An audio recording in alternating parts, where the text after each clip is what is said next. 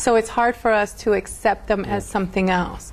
And, you know, you have a lot of kids out there that are, you know, wanting to cross-dress, you know, and now you have more of the androgynous, you know, androgyny allows you, it's androgyny is where you can be, you know, go across the board. So men are looking more like women are looking more like men, you're not sure, you know, what.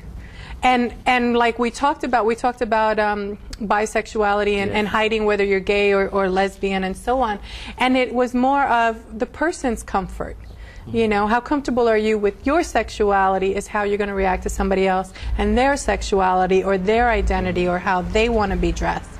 You know, because if you're straight and you're looking at Appolonia and all of a sudden it's like, but you're not a woman, you know, and you start getting upset with her, then it's, you know, why are you getting upset? It's because you felt an attraction. So all of a sudden you're having identity issues. Well, I could define myself. I am a lesbian woman trapped in a man's body. Good for you. Try to think about it. Yeah, good for you. Follow that one. I just look at you as being a sexual human being. Exactly. And very pretty in the way you dress. Thank you, thank you. Yes. So it does go down to the, you know, what label do you want and how comfortable are you with your sexuality? How comfortable are you with how you behave and how you know, bring that across to the other person? Well, I don't like, even though I get dressed and everything, when I'm in a club, when I'm like this, I like to carry on. I'm dancing and doing my thing in the clubs, and it's fun. But in the daytime, just because I am the way I am, I don't be working it in the streets, you know, like carrying on in the streets as a boy. That's not me, you know. And thank God, knock on wood, like no one calls me, you know, no one calls me the F word or gay or none of that in the street. Never, has never happened. Good. Even when I'm dressed, they don't call it. They go, "Mami, mama chula." Mama, mamacita, ¿cómo estás? Y ese paquete que tú tienes ahí. Cuando vas en Miami, the Cubans, oye, mamacita. Oh, Noki Loki. Arroz que carne hay, ¿cómo dice en Puerto Rico? Arroz que carne, algo así. Arroz que carne. Arroz que carne hay. Arroz que carne hay. In Miami, me dicen los cubanos. They said it. Yeah, okay, Miami, I'm Puerto Rican. I never heard that one. Well, I lived in Miami for 11 years. So when I was dressing up over there, the Cubans would go in 8th Street. Mama chula, ese picadillo. But more of when you do go to the clubs. Yes. I mean, do you get paid good money? Is it good. really good money? And plus then tips, right? And plus the tips, yes. Okay, and so then, how do you just, if somebody wanted to do this, if somebody wanted to start up, then where would they go? Would they just go up to like a club manager and say, hey, can I come? First.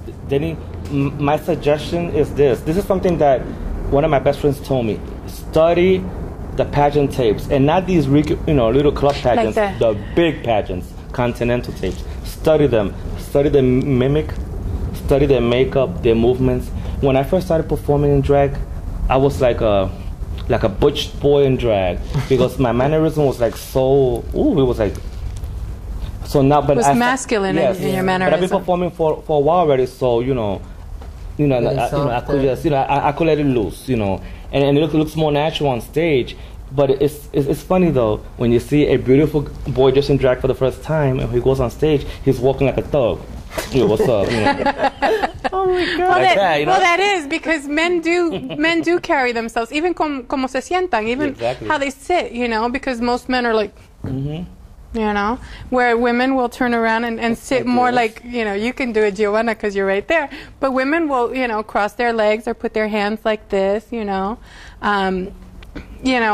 will walk with their breasts out. Yes. I mean, we're taught, put your shoulders back and push your breasts out because that's the way you sit. Exactly. Con el librito. I remember when I was a kid, my mother would put the libro on my head. She put the stupid book on my head, and I would have to walk, and of course I walked wrong. I didn't glide.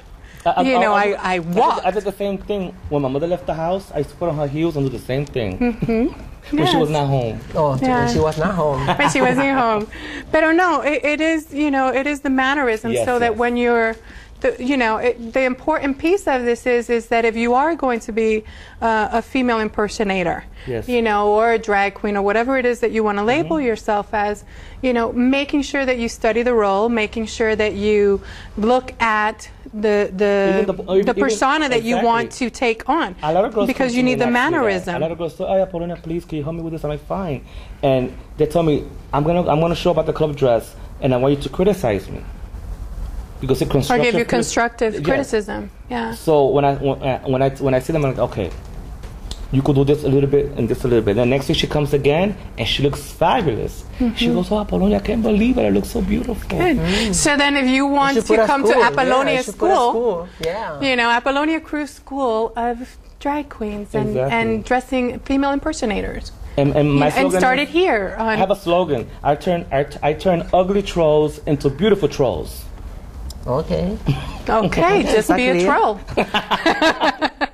Just be a pretty troll. But it's a fun with life. Gorgeous clothes, because Appolonia will make you your dress. At the end of your course, she will make you your outfit. Just look for your if you have a drag queen friend, just speak to her, because they'll help you. A lot of girls like to help out, the new ones coming out. I have like 8 daughters already, drag daughters. And I help them, and since I design my own clothes, I'm like, come to my house certain day, a certain time, and I'll make you a little gown so you can hang out. So you help them out. And then if I have an event and I need backup dancers, I just call them up. Look, I have a party here. I need you. So you help out each other. You help each other. And they learn, and I always tell them, pass that on to the new generation that comes after. When you become like this. So, you also do private parties too? A lot of private parties. Okay. So they can, and we need to wrap up, but they can contact you again at Appolonia Cruz at myspace.com. At myspace.com, or they can call instituteofpleasure.org and get information, or email us or Fruta Extraña and email us there. And as always, thank you so much for being with us today. And if you have any more questions, Appolonia will also answer your questions. Yes, so send us your questions and we'll send them to Appolonia. And thank you for being with us. I come bearing gifts to you since we are in Pride Month in New York. So I want to make you an honorary drag queen, Mama. Oh my God. Never fear. Apolonia is fear. First of all, since you know that I just have to drag, I bought a cherry. The cherry is yours. This is my first time.